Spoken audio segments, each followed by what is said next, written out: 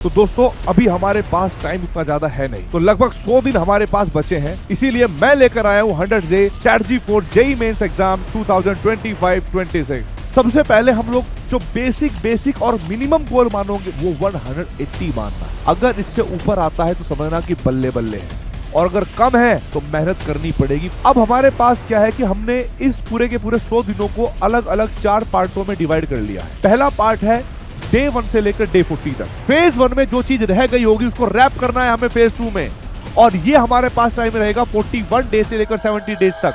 Hello बच्चों, कैसे हैं आप लोग? उम्मीद है सब लोग बढ़िया होंगे। मैं हर्ष त्यागी बाहुबली फिजिक्स वाला प्लेटफॉर्म पर आप लोग का स्वागत करता हूं। और जैसा कि हम लोग जानते हैं कि जेईई मेंस का एग्जाम बहुत करीब है, तो अब हमारी प्लानिंग भी बहुत खतरनाक होनी चाहिए ताकि जेईई मेंस के एग्जाम में हम लोग फोड़ सकें, अच्छा स्कोर प्राप्त कर सकें और अपने परसेंटाइल को 98, 99 और 100 परसेंटाइल तक लेकर जा सकें।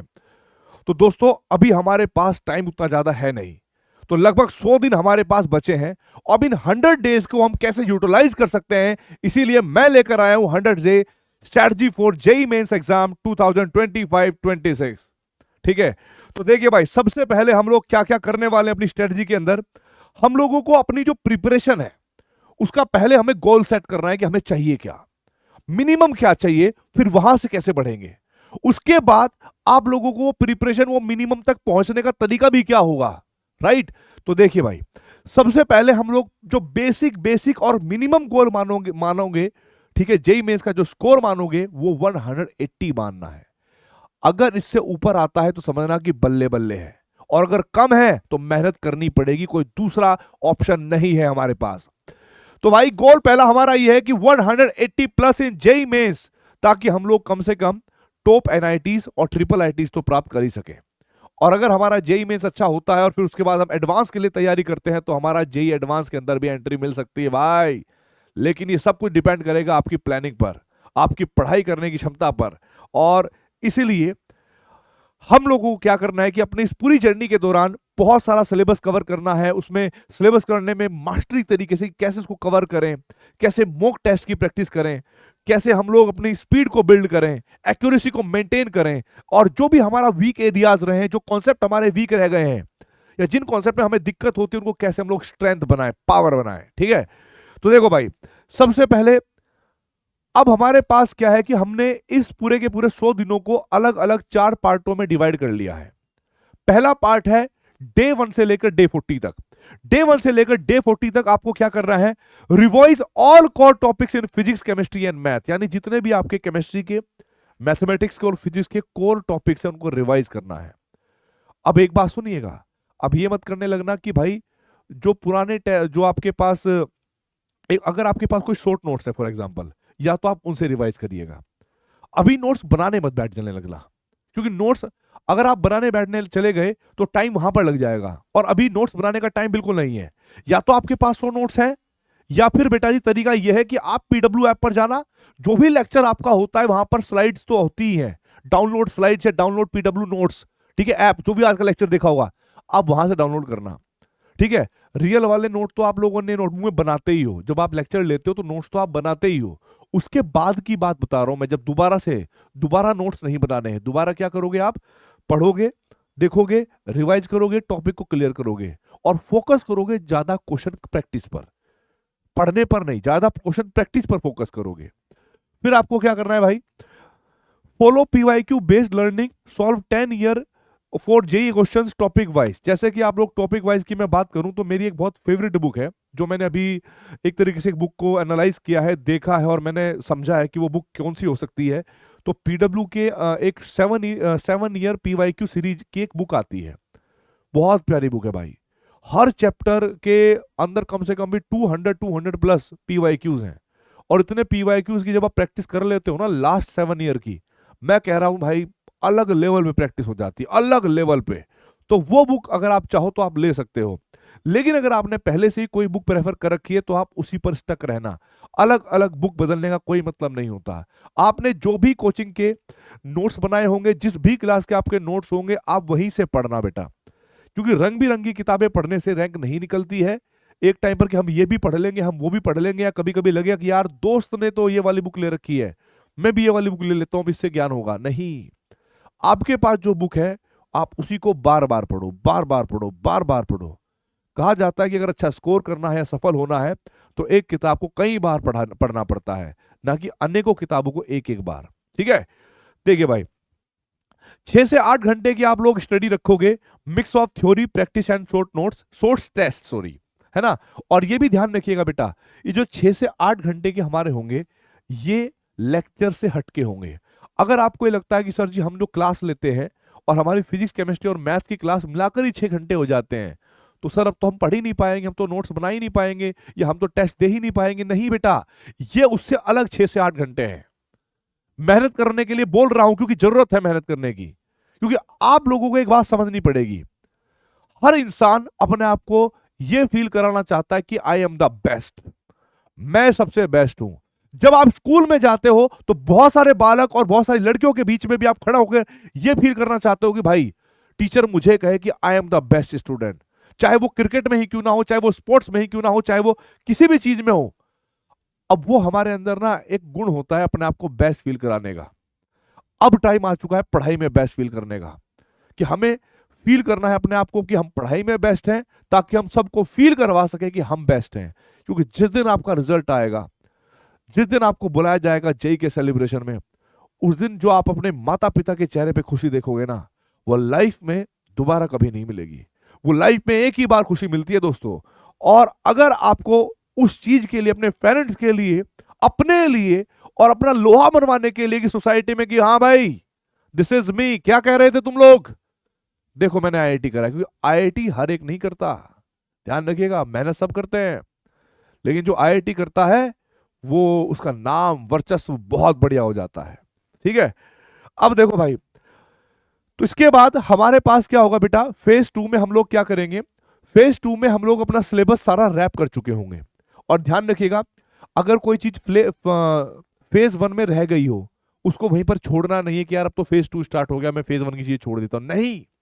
फेज 1 में जो चीज रह गई होगी उसको रैप करना है हमें फेज 2 में, और ये हमारे पास टाइम रहेगा 41 डेज से लेकर 70 डेज तक। तो हम लोग क्या करेंगे भाई, सिलेबस को रैप करना है और टेस्ट जोन अनलॉक करना है। यानी अब हम आ चुके हैं अपने टेस्ट मोड में, टेस्ट मोड अनलॉक करना है, यानी अब हमें खूब टेस्ट देंगे, एनालाइज करेंगे और अपनी एक एरर लिस्ट या एरर लिस्ट नाम से एक नोटबुक बनाएंगे। अब आप कहोगे सर जी ये एरर लिस्ट नोटबुक क्या है? मैंने कहा देखो यार, हम लोग भी आपको पढ़ाते हैं और काफी लोग आपको पढ़ाते होंगे, लेकिन जो एक्चुअल में टीचर अब काम आने वाला है आपके, वो आएगा टेस्ट, मॉक टेस्ट। आप मॉक टेस्ट को सिर्फ टेस्ट ना माने या फिर कोई ऐसे एक पर्चा होगा, ये बेटा जी एक अध्यापक ही, एक टीचर ही है जो दिखता भी नहीं है लेकिन आपको सिखा बहुत कुछ देता है। जितने ज्यादा आप टेस्ट दोगे, जितनी ज्यादा आप प्रॉब्लम फेस करोगे, वो सारी की सारी प्रॉब्लम या कभी कभी नेगेटिव मार्किंग, वो सारी चीजें जो आपसे हो रही है एक अलग सेपरेट नोटबुक में लिखोगे। और याद रखिएगा ये वही प्रॉब्लम होंगी जो आगे चलकर आपका स्कोर बढ़ाएंगी। स्टार्टिंग के पहले टेस्ट में हो सकता है बहुत सारी प्रॉब्लम आए, नंबर कम आएंगे, दूसरे टेस्ट में भी हो सकता है नंबर कम आएंगे, तीसरे नंबर में भी हो सकता है नंबर और कम आए, पर जो निरंतर करता हुआ जाएगा, इन मॉक टेस्ट को देता हुआ जाएगा, तो बेटा मैं 10वें टेस्ट की गारंटी देता हूं कि आपको 3-4 चीजें सुधर जाएंगी। एक तो 3 घंटे के अंदर एग्जाम कैसे कवर करना है, ये एक्यूरेसी, क्या छोड़ना है क्या करना है, ये सारी बातें पता लग जाएगी। और उसके बावजूद आपके नंबर में जो उछाल आएगा वो 10-20 नंबर का नहीं होगा, 50 से 100 नंबर का उछाल आएगा। ठीक है, ध्यान रखिएगा ये बात। आपको जो भी आप टेस्ट दोगे बेटा, आपको उसको एनालाइज करना है। और मैं आपको ये भी बता दूंगा भाई, टेस्ट देना आसान होता है पर टेस्ट को एनालाइज करना ही मुश्किल होता है। हम लोग एज ए स्टूडेंट, अभी मैं टीचर की तरह बात नहीं कर रहा हूं, अभी मैं बात करूं एज ए स्टूडेंट।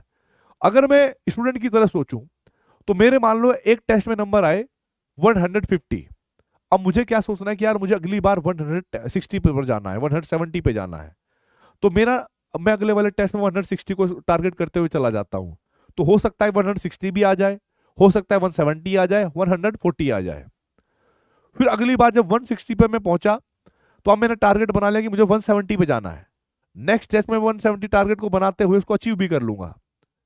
फिर उसके बाद एकदम से 3-4 टेस्ट देंगे। आपके साथ भी ऐसा हुआ होगा, स्टार्टिंग में जब आप टेस्ट देते होंगे नंबर बड़े होंगे, फिर अचानक से जब आप चौथे 5वें टेस्ट में आओगे धड़ाम से नीचे गिरोगे। हो सकता है कि 200 मार्क्स स्कोर कर रहे थे लेकिन अचानक से 100 पर आ गए, वो 125 पर आ गए, तो आपको पता क्या लगेगा, सर स्टार्टिंग में सब कुछ था, लेकिन अब सर टेस्ट में नंबर नहीं बन रहे सर, मेरा तो सब कुछ क्लियर था। अरे मेरे भाई सुनिए, एक टेस्ट में नंबर बनाने से कभी आपको सुपर नहीं समझना है, और एक टेस्ट में नंबर कम होने से कभी आपको लोफर भी नहीं समझना है, लूजर भी नहीं समझना है, समझे? आपको क्या करना है, अगर आपने हर टेस्ट को एनालाइज करना चालू कर दिया, एनालाइज करने का मतलब होता है कि जो क्वेश्चन तुमसे नहीं हुए उनको सेपरेट नोटबुक में दोबारा से सॉल्व करना चालू कर दिया। जो पॉइंट्स तुम्हें नहीं समझ में आते, जैसे कई बार विच स्टेटमेंट इज करेक्ट और इनकरेक्ट, और वो स्टेटमेंट आपने पढ़ी ही ना हो, उसको भी लिखो, उसके भी मतलब को समझो। आप जिस दिन नंबर को साइड में रख के अपनी प्रॉब्लम को सॉल्व करना चालू कर दोगे, तो पहला टेस्ट, दूसरा टेस्ट, तीसरा टेस्ट, चौथा टेस्ट, 4 टेस्ट तक अगर आपने एनालाइज करना चालू कर दिया, तो 5वें टेस्ट में आपके नंबर गिरेंगे नहीं, ऐसे उड़ जाएंगे। ये गारंटी कहता हूं मैं बात को। एनालाइज करिए, और जब ये एनालाइज करने की बेटा आपके अंदर आदत लग जाएगी, तो आप लगातार इसको कंटिन्यू रखिए, तब तक कंटिन्यू रखिए जब तक कि आपका जेईई मेंस का रियल एग्जाम ना आ जाए। फिर टूल्स टू यूज, कौन कौन से टूल्स हम यूज करें सर, ताकि हम बहुत सारे टेस्ट दे पाएं, टेस्ट का वो प्रेशर झेल पाएं, टेस्ट का वो प्रेशर झेल पाएं। वो बहुत सारे बच्चों के बीच में क्या हम लोग अपने पैनिक को, या जो अपने दिल है उसको थाम रख पाएंगे कि नहीं रख पाएंगे? तो उसके लिए बेटा जी मैं आपको बताऊं, मैंने एक सीरीज देखी है पीडब्ल्यू के अंदर, और जिसको हम लोग कहते हैं रियल टेस्ट सीरीज। क्या बोलते हैं उसको हम लोग? Real test series. अब ये जो रियल टेस्ट सीरीज है ना बेटा, तो रियल टेस्ट सीरीज एक्चुअल में क्या है कि जैसे जब आप इसमें किसी भी टेस्ट को देना चाहोगे, तो उसमें एक रजिस्ट्रेशन होता है, चाहे वो 1 वीक पहले ही हो। जब रजिस्ट्रेशन होगा तो बेटा आपका एडमिट कार्ड जनरेट होगा, और जब एडमिट कार्ड जनरेट होगा तो आपको उसका वेट भी लगने लगा ना कि यार एडमिट कार्ड निकला कि नहीं निकला। फिर जब आपको एडमिट कार्ड मिलेगा तो आपके नियर बाय, ये मत सोचना कि ये टेस्ट वहीं पर होता है जहां पर विद्यापीठ या पाठशालाज हैं, नहीं, ये टेस्ट हर एक सिटी के आसपास कहीं भी हो सकता है।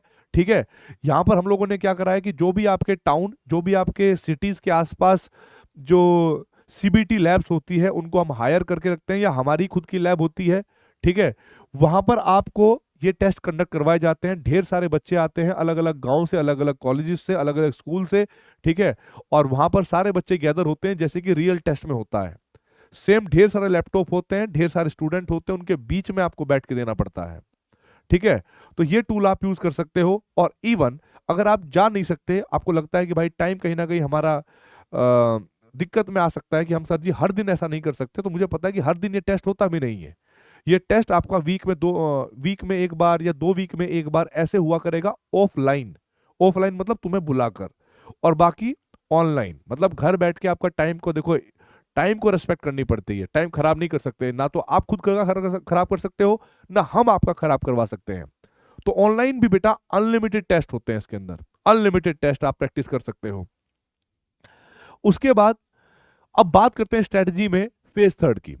फेज थर्ड में हमें हार्ड कोर मोक्स पर आ जाना है, रिवीजन फेज पे आ जाना है, और ये जो टाइम पीरियड चलेगा ये 20 दिन का चलेगा, 71 डेज से लेकर 20 डेज तक। इसमें क्या करना है आपको, अल्टरनेट डेज एक टेस्ट करना है और एक रिवीजन, एक मॉक टेस्ट एक रिवीजन। और जैसे ही आप टेस्ट दोगे, क्योंकि टेस्ट तो 3 घंटे का है, अभी बचा हुआ तो बहुत लंबा दिन है, उसमें आप एनालाइज करोगे, फिर रिवीजन पे लग जाओगे अगला दिन। फिर अगला अल्टरनेट डेज पर फिर आएगा आपके पास टेस्ट, तो आप उसको फिर करोगे। ठीक है, target at least 15 full length mock test. इस ड्यूरेशन के बीच में आपको कम से कम 15 फुल लेंथ मॉक टेस्ट देने हैं, जिसमें फिजिक्स, जिसमें केमिस्ट्री, जिसमें आपके पास मैथमेटिक्स तीनों आते हो। Revise notes from coaching, NCERT and error list. देखिए बेटा, जिस भी कोचिंग से आप पढ़ाई करते हो उसके नोट्स पर आपको फोकस करना है, और आपको पता है कि आपके अध्यापक एनसीईआरटी को इन्वॉल्व करके ही रखते हैं। तो अगर मान लो किसी बच्चे ने कोचिंग नहीं ली है, वो एनसीईआरटी से भी बेटा लाइन टू लाइन पढ़ सकता है, क्योंकि केमिस्ट्री वगैरह का पेपर तो ऐसा होता है कि एनसीईआरटी की लाइन से भी क्वेश्चन दिख जाते हैं। ठीक है, एरर लिस्ट का मतलब है कि जो मैंने स्टार्टिंग में ही बोली थी आप लोगों को कि भाई एक नोटबुक बनानी है, जो सारी की सारी एरर उसमें आप अपनी लिखना, अपनी एरर, जो क्वेश्चन तुमसे नहीं बना वो भी तुम्हारा एरर में है, जो स्टेटमेंट तुम्हें समझ नहीं आई वो भी तुम्हारी एरर में है। तो उन सबको एरर लिस्ट को समझना, और उस एरर लिस्ट को पढ़ते रहना, ताकि जब रियल जेईई मेंस आए तो दिक्कत ना आए। उसके बाद है use flash cards for formulas, inorganic and exceptions. आप लोगों को क्या करना है कि पूरे नोट्स पढ़ने मत बैठ जाना कि हमें एक्सेप्शन याद होना चाहिए डिटेल में, नहीं, छोटे छोटे शॉर्ट में लिखो, शॉर्ट में लिखो, बस डायरेक्ट देख कर हो गया, देख कर हो गया, देख कर हो गया, इस तरीके से। देन गोल्डन रूल तो आपको पता ही है भाई आईआईटी वाले बच्चों के लिए, डोंट री स्टडी एवरीथिंग, बार बार एक ही चीज को नहीं पढ़ना है, only revise what you forget और what troubles you in mocks, मतलब केवल वही चीज पढ़नी है जो आप भूल गए हो, या फिर वो चीज पढ़नी है जो आपको टेस्ट में सता रही है, जो टेस्ट में आपको परेशान कर रही है, ठीक है। अब है भाई फेज 2, फाइनल स्ट्रेस स्ट्रेटजी। अब हमारे पास फाइनल बूस्ट भी लेना है हमें, और चिल मोड में भी रहना है, क्योंकि जैसे जैसे जेई मेंस आपके पास आएगा आपके दिल की धड़कन बढ़ जाएगी, आपका डर भी बढ़ जाएगा। अब उस डर को भी कवर करना है, ठीक है, और चिल भी मारना है, और पढ़ना भी फुल डिटेल में है, यानी फुल जोश के साथ है। तो भाई फाइनल स्ट्रेच स्ट्रेटजी हो गया कि 6 मॉक टेस्ट आप दोगे इन 10 दिनों के अंदर, 6 full mock test, deep review करोगे, मतलब एक एक चीज का रिव्यू करना है आपको कि भाई हम कितना टाइम कहां पर ले रहे हैं, सारी बातों का। Revise NCERT chemistry line by line, क्योंकि मैंने आपको स्टार्टिंग में बोला था केमिस्ट्री के से पेपर एनसीईआरटी से भी बन जाता है, तो जिन बच्चों ने कोचिंग नहीं ले रखी है, जो बच्चा कहीं पढ़ा नहीं है जेई में सी केमिस्ट्री, वो भी कर सकता है भाई, अगर वो एनसीईआरटी को लाइन बाय लाइन पढ़ ले तो, और समझ ले तो। पढ़ना आसान होता है, समझना थोड़ा मुश्किल होता है, लेकिन समझना पड़ेगा आपको। फिर आप इन 5 दिनों के अंदर लास्ट के 5 ईयर के full paper in exact exam timing में, यानी 3 घंटे का सेट बनाओगे और फुल पेपर को सॉल्व करोगे, जिससे आपको लगेगा कि हमारी जो आदत है वो 3 घंटे में एग्जाम होने की कवर हो चुकी है या नहीं हो चुकी है, ठीक है। आपको एक आदत बनानी पड़ेगी कि 3 घंटे के अंदर आपको एग्जाम खत्म करना है। चिल इन बिटवीन, डोंट ओवरबर्न, ध्यान रखना, अगर आपने प्लानिंग ऐसे कर रखी है कि मुझे 1 घंटा बैठना है, 1 घंटा पढ़ना है, 5 मिनट का ब्रेक लेना है, 1 घंटा पढ़ना है, 5 मिनट का ब्रेक लेना है, 1 घंटा पढ़ना है, 5 मिनट का ब्रेक लेना है, तो आप ऐसा ही करें। कभी ऐसा ना करें कि यार चलो 2 घंटे पढ़ लेता हूं, 10 मिनट का ब्रेक, अरे चलो 3 घंटे पढ़ लेता हूं, फिर बाद में आधा घंटा देखूंगा। इससे क्या होगा कि एक दिन जोश बना रहेगा, 2 दिन जोश बना रहेगा, आप खत्म हो जाओगे और स्ट्रेस ज्यादा हो जाएगा। इसीलिए छोटे छोटे पार्ट में पढ़ें, छोटे छोटे पार्ट में ब्रेक लें, पानी ज्यादा से ज्यादा पिएं, अच्छे खाने पीने का ध्यान रखें, ज्यादा ऑयली चीजें नहीं खानी है, पर हाँ घी खा सकते हो, घी खाना है वो भी देसी घी, देसी घी खाओ कोई दिक्कत नहीं है, दूध पियो कोई दिक्कत नहीं है, ठीक है। पर शाम के टाइम जब आप पढ़ने बैठोगे तो कार्बोहाइड्रेट जैसे रोटी ज्यादा नहीं, चावल ज्यादा नहीं, हल्का चीजें, और अपनी हेल्थ का भी ध्यान रखना है, क्योंकि जैसे जैसे आपको पता होगा कि जेईई मेंस के एग्जाम तक थोड़ी सर्दियां भी आ जाती है, उस टाइम पर कुछ बच्चों को फीवर हो जाता है, कुछ बच्चों को जुकाम हो जाता है, तो अपनी हेल्थ का भी ध्यान रखना है आपको, ठीक है। उसके बाद है भाई कुछ चीजें आपको अवॉइड करनी है, जो आपको ध्यान में रखनी है, वो क्या है भाई, new resources every week, stick to one trusted material set. ध्यान रखना, आप ये मत सोचना कि तुमने अपने दोस्त का देखा कि यार वो उसके पास वो वाली बुक है, चलो ये भी ले लेता हूं, इससे नहीं होगा, दिक्कत आ जाएगी। जो भी साल भर आपने पढ़ा है, जो भी आपके पास सेट है, आप वही यूज करेंगे, कोई नई बुक लेने की जरूरत नहीं है आपको। तो भाई अपनी ही बुक पर ट्रस्ट करना है। Studying late night if sleepy, आप लेट नाइट तक बेटा पढ़ सकते हो, और यदि आपको बेटा जी लग रहा है कि आपको नींद आ रही तो उसी टाइम सो जाना है, क्योंकि उसके बाद आप फोकस नहीं कर पाओगे, रिटेन नहीं कर पाओगे किसी चीज को कि अगले दिन तक आप याद कर पाओ, ठीक है, सो जाना है, कोई दिक्कत नहीं है।